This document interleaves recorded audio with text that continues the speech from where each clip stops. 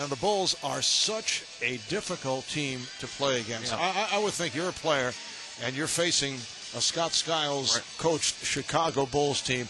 You're not looking forward to it. It's going to be physical. They do not go away. They play hard 48 minutes, in this case 53 minutes.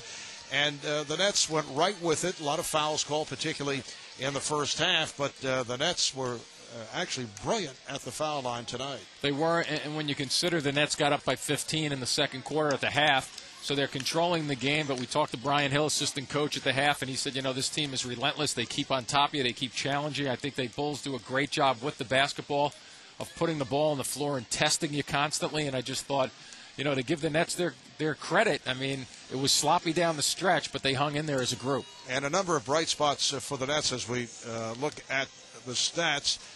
Jason Kidd, only 7 points, but 13 assists, 5 steals. Richard Jefferson looking sharp, 29 points, 10 rebounds. And Boki Nakbar for 10 points. Antoine Wright, we've talked about, 21 points. Vince Carter, just 6 for 21 from the field. He finished with 24. He was perfect at the line. He was 12 for 12. But on the positive side for Vince, 2 superb defensive plays that helped turn things in overtime and right at the end of regulation. Right, exactly. With the Ben Gordon jump shot, he got a hand in there, and then he jumped in the passing lane and gets a steal there. And I think, with the stats that you just read, he went 12 for 12, as you mentioned. Jefferson, another 12 for 12. You're not going to get that every night of the season, but if you can get those two guys going to the line as often as that, you're in pretty good shape if you're Lawrence Frank. But the Bulls have to be scratching their heads.